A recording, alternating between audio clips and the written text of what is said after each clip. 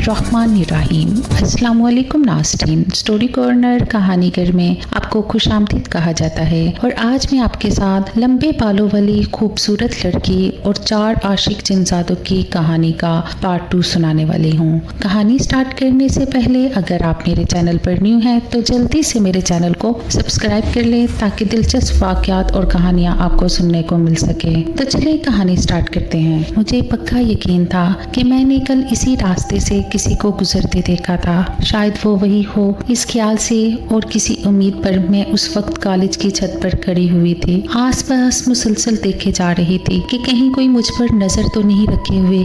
लेकिन फिर जब मुझे तसल्ली हो गई कि कॉलेज का चौकीदार अपनी नींद पूरी करने में मशगूल है और इस बात से बिल्कुल अनजान है कि कॉलेज के अंदर कोई मौजूद है, तो मैंने अपना पूरा ध्यान लाइब्रेरी की तरफ जाने वाली सड़क पर लगा दिया। लाइब्रेरी काफी अलग थलग बनी हुई थी और उसके बारे में वैसे भी अजीब अजीब सी बातें मशहूर थी। मुझे पक्का यकीन था वो जरूर आएगा। अभी कुछ देर ही गुजरी थी कि मेरा अंदाजा बिल्कुल सही साबित हुआ। लाइब्रेरी की तरफ जाने वाली सड़क पर कोई तेजी से चलता हुआ लाइब्रेरी की तरफ ही जा रहा था। ये देखकर मेरी खुशी की इंतहा न रही, यानी मैंने उनमें से एक को वाकई ही ढूंढ लिया है। मैं छत से नीचे उतरी और भागते हुए उस सड़क पर आई, लेकिन ये क्या, जैसे ही सामने देखा तो वहाँ कोई भी मौजूद नहीं था। ये देखकर मुझे शदीद हैरत का झटका लगा और मायूसी भी हुई। मैं जो इतनी खुश थी कि मैंने अपने दोस्तों में से एक को ढूंढ लिया है, अब मेरी खुशी मलिया मेट हो चुकी थी। वो तो आसपास कहीं भी नहीं था। उससे आगे जाने की मुझ में हिम्मत नहीं थी। अब मुझे शायद कॉलेज से वापस घर की तरफ चले जाना चाहिए। रात भी वैसे काफी ज्यादा हो चुकी है। अगर अम्मा अब्बा को मेरी मौजूदगी का एहसास हो गया तो बहुत मुश्किल का सामना करना पड़ेगा। यही सोचकर मैं अपना स्याह चुग्गा पहना और स्याह रंग के थैले को अपने कंधे पर लटका कर चुपचाप घर की तरफ चल पड़ी। पहले की तरह घर में दाखिल होने के लिए पिछली सीढ़ियों का इस्तेमाल किया और अपने कमरे में आकर खामोशी से लेट गई। अम्मा अब्बा को कभी भी इस बात का अंदाजा नहीं हो पाया था कि मैं रात के पहर अपना बिस्तर छोड़कर कहीं जा सकती हूँ और फिर फजर से कुछ देर पहले वापस भी आ गई हूँ। वैसे भी वो लोग फजर की अजानों से पहले हरगिज नहीं उठते थे और दोनों की नींद ही काफी गहरी थी। ये चीज मेरे हक में काफी अच्छी साबित हो रही थी। अब बाकी तीनों की तलाश में मुझे दोबारा से निकलना था। अगली रात में दोबारा से चुग्गा पहने और स्याह रंग का थैला अपने कांधे पर लटकाए चुपचाप घर से दबे कदमों निकली। गली में वैसे भी इस वक्त सुनाटा छाया होता था और किसी को इल्म नहीं होता था कि मैं बाहर जा रही हूँ। लोगों की नजरों से बचते बचाते मैं सीधा कॉलेज की तरफ चली आई। अभी मैं कॉलेज के दरवाजे के पास पहुंची ही थी कि तभी मुझे कॉलेज के दरवाजे से कोई निकलता नजर आया। यकीनन ये वही होगा। मेरे अंदर जोश ठाटे मारने लगा। मैंने फौरन से चुपके से उसका पीछा करना शुरू कर दिया। कॉलेज का चौकीदार वैसे भी हर वक्त सोया ही रहता था, इसलिए उसे इस बात का एहसास नहीं हुआ था कि कोई यहाँ पर आसपास मौजूद है। मैं बहुत ही तेज कदमों से उसका पीछा कर रही थी, मगर हर गुजरते लम्हे के साथ उसकी रफ्तार में तेजी आती जा रही थी। मगर आज मैं हरगिज़ भी उसे खोना नहीं चाहती थी। वो तेज तेज चलता जा रहा था। फिर मुझे एहसास हुआ कि वो तो किसी और ही रास्ते की तरफ जा रहा है। ये रास्ता तो शहर से बाहर हमारे उस गांव की तरफ जाता था जहां मैंने अपने बचपन के कई साल गुजार दिए थे। शहर से बाहर जाने वाले रास्ते की तरफ बढ़ते हुए मैं रुक गई और मेरी निगाहों के सामने वो तेज रफ्तारी से उस रास्ते पर चलता कहीं गुम हो गया। घर वापस आई तो कई घंटे उसी सोच में मुब्तला रही कि क्या वाकई में मुझे इस गांव में जाकर उन्हें तलाश करना चाहिए। शायद वो ऐसा चाहते हैं कि मैं दोबारा उस गांव में उसी दरख्त के नीचे आऊं और उनका इंतजार करूं। हो सकता है बाकी के 3 भी मुझे वहीं पर मिल जाएं, लेकिन गांव जाना इतना आसान नहीं था। यहाँ से गांव तकरीबन 4 घंटों के फासले पर मौजूद था और अगर मैं वहाँ जाती तो तकरीबन मुझे आधे से ज़्यादा दिन आने जाने में ही लग जाना था और ये बात फिर मेरे वालिदैन से हरगिज़ भी छुपी ना रह सकती। मैं काफ़ी परेशान हो रही थी कि आखिर वहाँ कैसे जाऊँगी। 1-2 बार अम्मा से जिक्र किया कि हमें गांव जाना चाहिए। बहुत अरसा हो गया है हम गांव नहीं गए। एक बार भी पलटकर हमने अपने गांव वाले घर की खैर खबर नहीं ली। ये सुनकर अम्मा गुस्सा हो गई और कहने लगी, नहीं, हरगिज़ नहीं, हम गांव कभी भी नहीं जाएंगे। तुम भूल जाओ कि कभी कोई गांव भी हुआ करता था। मगर मैं कैसे भूल सकती थी। मेरी ज़िंदगी तो वहीं रुक गई थी। अगले कई दिन परेशानी में गुजरे और मैं गांव जाने के नत नए तरीके सोचती रही। फिर अचानक मुझे एक दिन गांव जाने का मौका मिल ही गया। शायद कुदरत मेरा साथ दे रही थी, इसीलिए एक दिन अचानक से अम्मा अब्बा को दूसरे शहर जाना पड़ा। दरअसल मेरी बड़ी खाला की तबीयत अचानक से ख़राब हो गई थी और उन्होंने फ़ोन करके अम्मा को बुलवाया था। अम्मा तो अकेले जाने से रही, इसलिए अम्मा अब्बा दोनों ने फैसला किया कि वो लोग साथ ही जाएंगे। वैसे भी वो अब्बा की भी कज़न ही थी लगती थी। अम्मा जानती थी कि मैं उनके साथ हरगिज़ भी नहीं जाऊंगी, क्योंकि मुझे लोगों से मिलना जुलना पसंद नहीं था, ना ही मैं ख़ानदान में किसी से मिलती थी। अम्मा ने मुझे खूब सारी हदायत दी और कहा कि घर से बाहर मत निकलना। वैसे भी तुम्हारी कॉलेज की छुट्टियां हैं, अपना ध्यान रखना और हम कोशिश करेंगे जल्द से जल्द वापस आ जाएं। लेकिन फिर भी हफ्ता 10-15 दिन लग ही सकते हैं। जब अम्मा ने मुझे बताया कि वो इतने दिन तक वहाँ रुकेंगी तो मैं बेहद खुश हो गई कि कितनी अच्छी बात है, अम्मा लोग वहाँ इतने दिन तक रुके रहेंगे। मैं इतने दिन में अपने मकसद को पूरा कर ही सकती हूँ। अम्मा अब्बा चले गए तो मैं खुशी से फूले ना समा रही थी। ऐसा मौका मुझे कुदरत बार बार नहीं दे सकती थी और इसलिए मुझे इस मौका से हर हाल में फ़ायदा उठाना था। अम्मा सामने वाली पड़ोसन को कहकर गई थी कि मेरी बेटी का ख्याल रखना, मगर मैं जानती थी कि वो पड़ोसन कभी भी मेरे घर में नहीं आएगी, क्योंकि मोहल्ले में सब जानते थे कि मैं लोगों से बातचीत करना पसंद नहीं करती और अक्सर लोग मुझे पागल और बेवकूफ़ और ना जाने क्या कुछ कहा करते थे और मुझे लोगों की ऐसी बातों से कोई फ़र्क नहीं पड़ता था। अब माँ के कहने पर इस हमसाई ने सर तो हिला दिया था, मगर उसका यहाँ आने का और मेरा ख्याल रखने का कोई इरादा नहीं था। इसलिए अम्मा अब्बा के जाते ही मैंने सोचा कि सबसे पहले गांव जाने का बंदोबस्त करती हूँ। मगर यहाँ से गांव जाने का सबसे बेहतरीन और अच्छा तरीका क्या था मैं नहीं जानती थी, क्योंकि जब से शहर आई थी गांव एक बार भी नहीं गई। मैं बस स्टॉप पर गई और वहां जाकर मालूम किया कि यहाँ से कौन सी बस जाती है। जब गांव जाने वाली बस का मुझे पता चला तो मैंने उसका टिकट खरीद लिया और घर चली आई। मैं जानती थी हमसाये मुझ पर नज़र रखे हुए हैं और मेरी अम्मा को मेरे बारे में भी खबर दे रहे होंगे, लेकिन बराह रास्त वो मुझसे मुखातब नहीं होते थे। इस चीज़ का भी हल मैं जानती थी। मैं बस का टिकट मगरिब के वक्त का लेकर आई थी, इसलिए जैसे मगरिब की अजानें हुई मैंने अपना स्याह रंग का चुग्गा निकाला, उसे पहना और स्याह रंग का ही एक थैला कांधे पर लटका कर मैं खामोशी से घर से बाहर निकल आई। बस स्टॉप की तरफ बढ़ते हुए मेरे दिल की धड़कनें तेज हो रही थी कि कहीं मैं किसी मुसीबत में ना फंस जाऊं, क्योंकि पहली बार अकेले इतना लंबा सफ़र करने जा रही थी।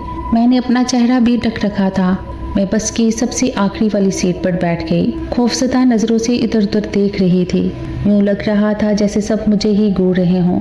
मैंने खुद को नॉर्मल किया और समझाया कि ऐसा कुछ नहीं है, मुझे अपने आप को काबू में रखना होगा, वरना लोग मुझे पागल समझेंगे और मुझ पर शक करने लग जाएंगे। जैसे जैसे बस आगे बढ़ती जा रही थी मैं अपने हवासों को काबू में लाती गई। थोड़ी देर बाद मैं बिल्कुल नॉर्मल हो गई। 4 घंटे के लंबे सफ़र में मैं बस यही सोच रही थी कि क्या वाकई में वो लोग मुझे वहीं मिलेंगे, क्या मेरा इंतज़ार कर रहे होंगे। अगर ऐसा हो गया तो कितना अच्छा होगा। मैंने अपने स्याह रंग के थैले को दोबारा खोल कर देखा। उसके अंदर में स्याह रंग का पत्थर डालकर लाई थी। मेरा इरादा था कि अपने दोस्तों को वो पत्थर दिखाऊंगी और उन्हें बताऊंगी कि मैं अब तक इन्हें नहीं भूली हूँ, बल्कि उनका इंतज़ार कर रही हूँ। मुझे मेरे बचपन के दोस्त बस वापस मिल जाएं, उससे ज़्यादा मैं कुछ नहीं चाहती थी। लेकिन ये नहीं जानती थी कि अपने आप को बहुत बड़ी मुसीबत में डालने जा रही हूँ। मैं इस बात से नावाकिफ दिल ही दिल में खुश हुए जा रही थी। 4 घंटे के लंबे सफ़र के बाद बस गांव की सरहद के करीब आकर रुक गई। यहाँ से आगे का रास्ता मुझे अच्छे से याद था। बचपन इन्हीं रास्तों में खेलते कूदते गुजरा था। बस से उतरकर मैं इधर उधर निगाह दुराई। रात का अंधेरा चारों तरफ फैल चुका था और गांव जाने वाले रास्ते पर इक्का दुक्का लोग ही नजर आ रहे थे। यहाँ से बरगद के दरख्त का रास्ता 5 मिनट के फासले पर ही था। मैंने अपने कदम आगे बढ़ा लिए और बरगद के दरख्त की तरफ बढ़ने लगी। दूर से ही मुझे उसकी शाखें नजर आ गई थी। मैं बहुत ही खुश थी। जैसे ही बरगद के दरख्त के करीब पहुंची, हवा का एक तेज गोला आया और मेरे लंबे बाल इधर उधर बिखेरने लगा। मैंने उन्हें समेटा और फिर अपने स्याह रंग के चुग्गे को उतारकर साइड पर रख दिया और उसी बरगद के दरख्त के नीचे बैठकर इधर उधर देखने लगी। मुझे इंतज़ार था कि कब वो चारों यहाँ आते हैं। 1 घंटा हो चुका था मुझे बैठे हुए, मगर वहाँ कोई भी नहीं आया। मैं मायूस होकर वहाँ से जाने ही वाली थी, तभी एक वजूद मुझे वहाँ से गुजरता नजर आया।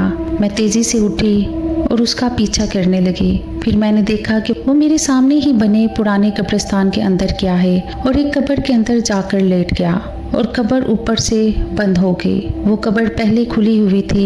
ये मंजर देखकर तो मेरी सांस ही रुक गई। मैं कब्रिस्तान के अंदर जाने ही वाली थी कि अचानक से एक आदमी मेरे सामने आया और उसने मुझे रोक दिया। मैं हैरान हुई कि वो मुझे अंदर जाने से क्यों रोक रहा है, और अभी तो मुझे कोई नजर नहीं आया था। ये आदमी अचानक से कहाँ से आ गया? उसने मुझे बताया कि वो एक गोरकन है और इस कब्रिस्तान की देखभाल करता है।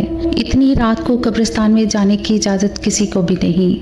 मैंने उससे कहा कि मैं इस कब्र के पास जाना चाहती हूँ। मेरा इशारा करने पर उसने उस कब्र की तरफ निगाह की और कहा कि ये तो बहुत पुरानी कब्र है, इस पर तो कभी कोई नहीं आता, तुम्हें क्या करना है? मैं उसकी मिन्नतें करने लगी कि मुझे अंदर जाने दो, मगर उसने मुझे मना कर दिया। उस गोरकन पर मुझे गुस्सा तो बहुत आया, लेकिन मैं खामोश हो गई। वापस बरगद के दरख्त के नीचे आई, अपना चुग्गा उठाया और गांव से वापस निकल आई। और घर पहुंचकर मैंने काफ़ी देर उस सब के बारे में सोचा, फिर एक नतीजे पर पहुंचकर सो गई। अगली सुबह उठी, घर के कामकाज वगैरह किए और अपना चुग्गा पहनकर बस स्टैंड पर आ गई। बस ने मुझे गांव की सरहद पर छोड़ा तो मैं दोबारा से बरगद के दरख्त के नीचे आकर बैठ गई। थोड़ी देर बाद ही वो वजूद कब्रिस्तान की तरफ जाता नजर आया। मैं उठकर कब्रिस्तान के गोरकन के पास आई और उससे कहा कि मैं तुम्हें कुछ पैसे दूंगी, बस मुझे 1 घंटे के लिए अंदर जाने दो, उसके बाद मैं बाहर निकल आऊंगी। मेरी बात सुनकर वह राजी हो गया। मैंने उसे पैसे थमाए और चुपचाप अंदर आकर उस कब्र के करीब बैठ गई। मैं उससे बातें कर रही थी कि बाहर आ जाओ, मैं तुम्हारी बचपन की दोस्त हूँ, ये देखो मेरे पास तुम्हारा दिया हुआ स्याह रंग का पत्थर भी है। ये कहकर मैंने अपने थैले से पत्थर बाहर निकाला और कब्र के ऊपर रख दिया। उसके बावजूद भी कब्र से कोई बाहर नहीं निकल रहा था। मुझे हद से ज़्यादा मायूसी हो रही थी। 1 घंटे तक वहाँ मौजूद रहने के बाद भी जब कोई नहीं निकला तो मैं उठकर वापस आ गई और बरगद के दरख्त के नीचे बैठ गई। थोड़ी देर बाद ही मुझे ऊँग आ गई और मैं सो गई। इतनी पुरसुकून नींद मुझे आज से पहले कभी भी नहीं आई थी। कुछ घंटों बाद मेरी आंख किसी आवाज़ से खुली। यूँ लग रहा था जैसे कोई मुझे पुकार रहा है।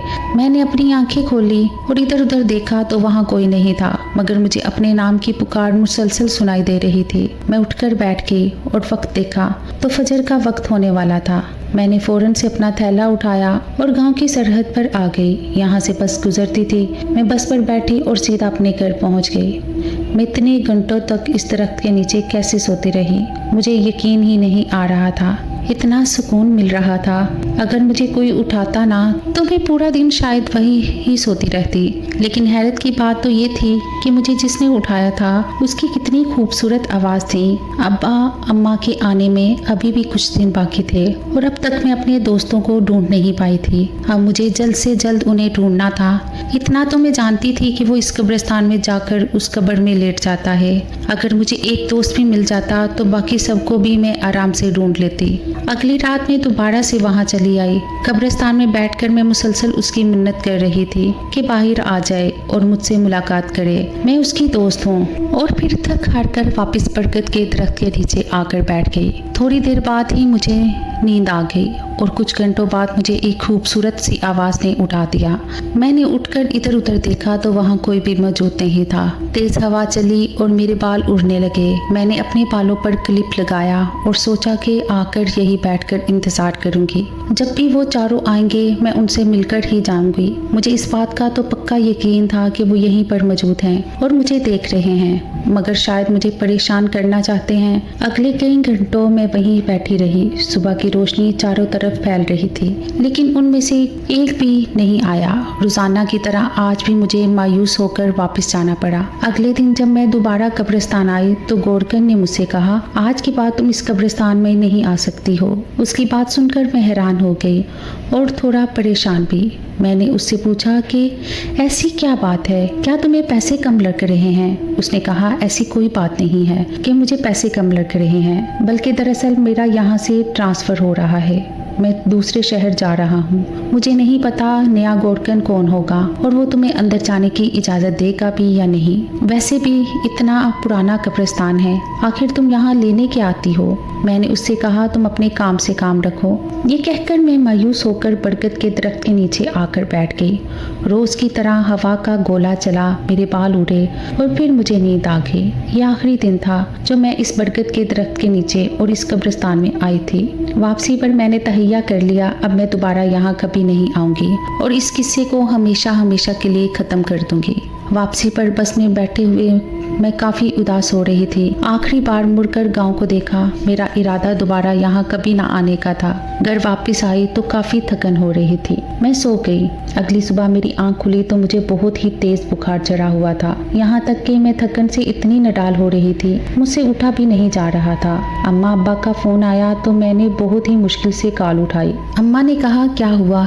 तुम्हारी तबीयत ठीक नहीं लग रही, हम आज ही वापस आ जाएंगे, परेशान मत हो, दवाई लेकर आराम करो। शाम हुई तो अम्मा अब्बा वापस आ गए। मैं तब तक गनूदगी के आलम में ही रही, वो मुझे इसी हालत में हस्पताल लेके। अगले 3 दिन तक मैं हस्पताल में ही एडमिट रही। मुझे यूँ लग रहा था जैसे वहाँ पर भी कोई मेरे आसपास मौजूद है। अब मैं उस एहसास से तंग आ चुकी थी। मैंने अपनी ज़िंदगी के कई साल सिर्फ अपने दोस्तों की तलाश में तबाह कर दिए थे और वो थे कि मुसलसल मुझे परेशान किए जा रहे थे। अगर वो वहाँ पर थे तो मेरे सामने क्यों नहीं आते थे? दिल कर रहा था कि मैं चलाऊं और उनसे कहूं कि या तो मेरे सामने आ जाओ या फिर मुझे परेशान करना बंद कर दो। अगले 3 दिन अस्पताल में रहने के बाद जब मैं घर आई तो मेरी हालत काफ़ी बेहतर थी। मैंने अम्मा अब्बा से इस बात को छुपा लिया था कि मैं उनके पीछे गाँव गई थी और अपने दोस्तों की तलाश कर रही थी, क्योंकि अगर मैं उन्हें बताती तो वो मुझसे सख्त नाराज़ होते। उनके ख्याल में मैं तो अपने इन दोस्तों को भूल चुकी थी, मगर मैं उन्हें कैसे बताती कि उनकी तलाश में ही मेरी ऐसी हालत हो गई है और वो मुझे मुसलसल परेशान किए जा रहे हैं। अम्मा अब्बा मेरी हालत से बहुत ही खौफज़दा हो चुके थे। थोड़े ही दिन कम में कॉलेज की छुट्टियां ख़त्म होने वाली थी, मगर मैं कॉलेज नहीं जाना चाहती थी। मुझे लग रहा था कि जब मैं कॉलेज जाऊंगी तो वो लोग दोबारा से मेरा ध्यान भटकाने लग जाएंगे। यूँ लगता था वो कॉलेज उनका बसेरा है, इसलिए हर वक्त वहीं मंडलाते रहते। कॉलेज की छुट्टियां ख़त्म हुई और जब मैं कॉलेज गई तो मुझे दोबारा से उन्होंने परेशान करना शुरू कर दिया। रोज़ाना लाइब्रेरी की तरफ जाने वाले रास्ते पर मुझे कोई ना कोई ज़रूर नज़र आता। एक दिन हमारा एक प्रोजेक्ट था जिसके लिए हमें काफ़ी देर रुकना था। बीच में मेरे दोस्तों ने मुझसे कहा, तुम ज़रा हमें अपने बाल तो दिखाओ, तुम्हारे बाल कितने खूबसूरत हैं। मैंने ना चाहते हुए भी अपने बालों पर लगा क्लिप उतारा और बाल खोल दिए। जैसे ही मैंने अपने बाल खोले मुझे दोबारा से महसूस हुआ कि जैसे मेरे सामने कोई डाल सी आ गई है और मुझे अपने आसपास बैठी लड़कियां नजर नहीं आ रही थी। मैंने झट अपने बाल बांध लिए और फिर वहां से उठकर बाहर आ गई। थोड़ी ही देर गुजरी थी कि मेरे सामने कोई आकर बैठा। मैंने जूं ही निगाहें उठाई तो सामने बैठे वजूद को देखकर मैं हैरान रह गई। ये तो वही वजूद था, यानी मेरे बचपन का दोस्त। अब उसका चेहरा मुझे साफ नजर आ रहा था। मैं उसे चेहरे से तो नहीं पहचान सकती थी, लेकिन उसके हाथ में मौजूद स्याह निशान को देखकर मैंने उसे पहचाना था। मैंने अपने बैग में से फौरन से वो स्याह पत्थर निकाला। मैं उसे हमेशा अपने बैग में रखती थी और उसके हाथ पर रख दिया। वो पत्थर देखकर मुस्कुरा उठा और उसने इस बात में सर हिला दिया जिसका मतलब था कि वही मेरा दोस्त है। मेरी खुशी की कोई इंतहा न रही। मैंने उससे कहा कि मैंने तुम्हें कितना तलाश किया और तुम मुझे इतना अरसा परेशान करते रहे, आखिर मुझे क्यों नहीं मिल रहे थे। अभी मैं उससे बातें कर रही थी कि वहाँ पर बाकी के 3 भी आकर बैठ गए। उन सबको देखकर मैं बहुत खुश हुई, मगर मुझे यूँ लग रहा था कि वो आपस में एक दूसरे से खुश नहीं हैं। अब मैं रोज़ाना उनसे मिलती, लेकिन इस बात का पता नहीं लगा पा रही थी कि उन चारों के बीच क्या चल रहा है। फिर एक दिन मैंने स्याह निशान वाले वजूद से पूछा कि तुम लोग आखिर आपस में एक दूसरे से बात क्यों नहीं कर रहे हो, क्या बात है? तो उसने मुझे बताया कि दरअसल हम जिन्नात हैं। तुम शायद ये बात कभी जान ही ना पाती। बचपन में जिस दरख्त के नीचे तुम खेला करती थी, उसी दरख्त पर हमारा खानदान आबाद था। तुम्हारे साथ खेलना हम चारों को बहुत पसंद था, मगर अपने बचपन की दोस्ती की निशानी सिर्फ मैं नहीं तुम्हें दी थी, और शायद इस निशानी की वजह से तुमने हमें पहचान लिया। बरगद का दरख्त छोड़कर हम कई साल पहले इस कॉलेज में आकर रहना शुरू हो गए थे। यहाँ इस लाइब्रेरी के पास मौजूद दरख्त पर ही हमारा खानदान आबाद है। जब हमने तुम्हें दोबारा देखा तो तुम पर आशिक हो गए, और तुम्हारे लंबे बालों के तो हम चारों ही दीवाने हो गए। मैंने तो तुम्हें फौरन से पहचान लिया था, मगर इन तीनों ने तुम्हें नहीं पहचाना। तुम्हारे पास अक्सर वो स्याह रंग का पत्थर रहता था। मैं जानता था कि तुम मेरी तलाश कर रही हो, लेकिन अब हम चारों के बीच में लड़ाई होने लग गई थी, क्योंकि अब बात मोहब्बत की आगे थी। हम दोस्ती से बहुत आगे निकल गए थे। तुम दरख्त और कब्रिस्तान में भी मेरे पीछे पीछे आती थी, जिससे मुझे अंदाज़ा हुआ कि तुम मुझे बहुत ज़्यादा पसंद करती हो। और इन तीनों को भी यही बात का एहसास होने लगा कि तुम हम चारों में से सबसे ज़्यादा मुझे ही पसंद करती हो। देखो, मैं तुमसे शादी करना चाहता हूँ और तुम्हें अपनी बीवी बनाकर अपने कबीले ले जाऊँगा। तुम वहाँ पर जिन्नात की शहजादी के तौर पर रहोगे। उसकी बात सुनकर मैं हैरान रह गई।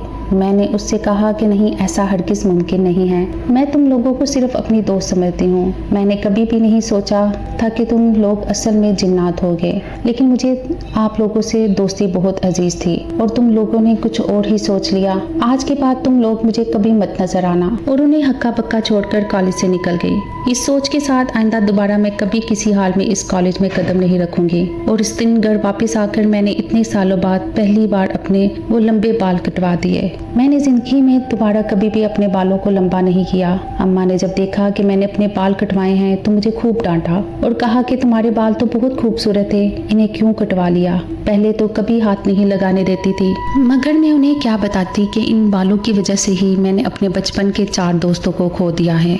उम्मीद करती हूँ कि आज की कहानी आपको अच्छी लगी होगी। मज़ीद अच्छी कहानियों के लिए मेरे चैनल को सब्सक्राइब करें, वीडियो को लाइक करें। अल्लाह ने के